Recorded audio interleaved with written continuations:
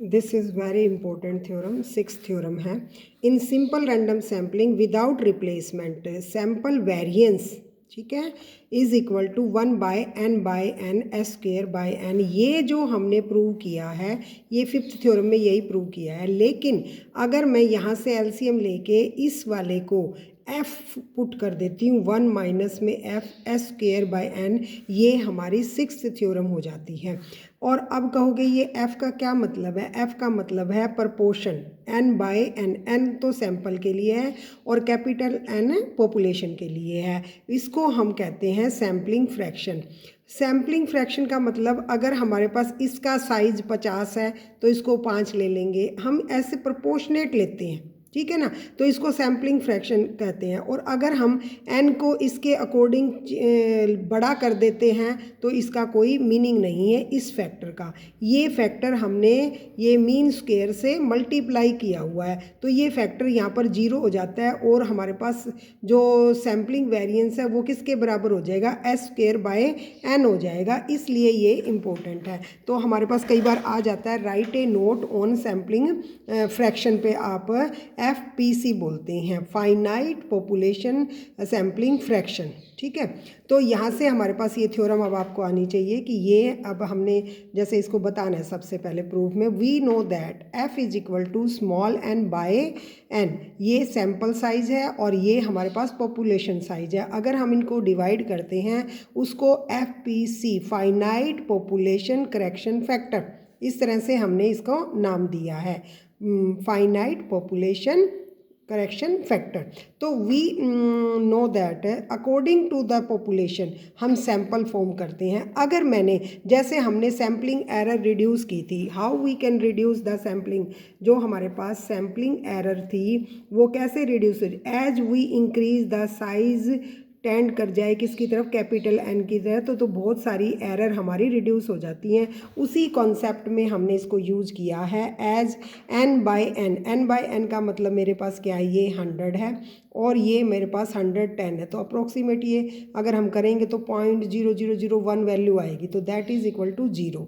तो इसलिए हमारे पास ये फैक्टर फिर ख़त्म हो जाता है। बट ये फैक्टर बहुत ज़्यादा इस पर मैटर कर रहा है। अगर ये ख़त्म हो गया तो हमारी variance of mean is equal to S square by n रह जाएगा, ठीक है। तो वेरिएंस और कम हो जाएगा। वेरिएंस और कम होने के बाद अगर मैं इसका 100 लेती हूँ तो इसका मतलब स्टैंडर्ड एरर और रिड्यूस हो जाएगी। वो ये काम है फाइनाइट करेक्शन फैक्टर का।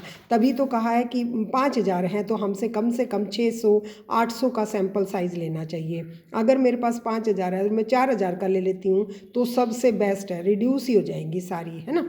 तो अब हम प्रूव करते हैं। तो ये थोड़ा सा आपने बताना है इसका क्या मतलब है। तो इसमें ये बता दोगे कि अगर हम इस तरह से सैंपल साइज को इंक्रीज़ कर लेते हैं तो हमारी वन टाइप की सैम्पलिंग एरर क्या हो जाती है? रिड्यूस हो जाती है। इसलिए हम इसको लेते हैं। अब ये करना है हमें, अबोव थ्योरम प्रूव करने के लिए हमें सबसे पहले प्रूफ चाहिए फिफ्थ थ्योरम। फिफ्थ थ्योरम हमारी क्या कह रही है?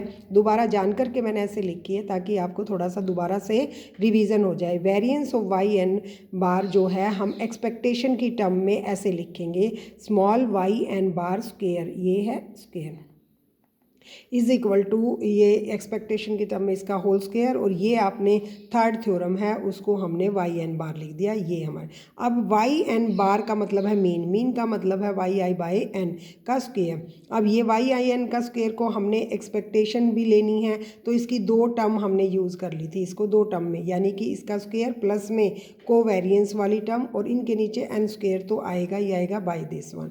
अब जब मैंने इनके साथ एक्सपेक्टेशन लिखनी है तो इसको कैपिटल में चेंज करना है तो इसके साथ AI लगा दूंगी, यहाँ भी AI और AJ जैसे हमने पहले किया था, ठीक है।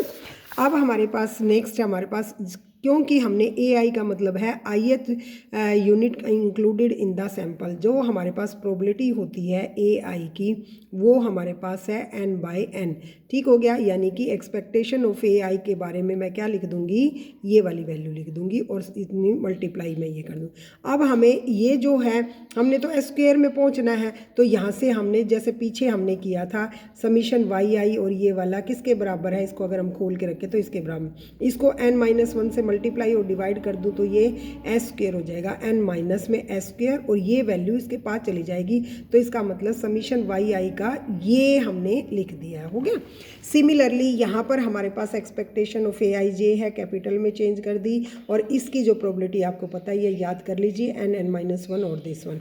और समीशन ए आई वाई आई जे जो है हमारे पास, उसमें खाली हमारे पास रह गया वाई आई और वाई जे। अब वाई आई वाई जे भी टर्म है, उसको भी हम किस में चेंज कर देंगे, वापस जो हमने खोली थी उसी में से समीशन जो हमारे पास क्या था, ये वाला समीशन वाई आई का स्क्वायर, तो क्या थी समीशन वाई आई स्क्वायर प्लस में समीशन वाई आई और वाई जे, ये कैपिटल में है।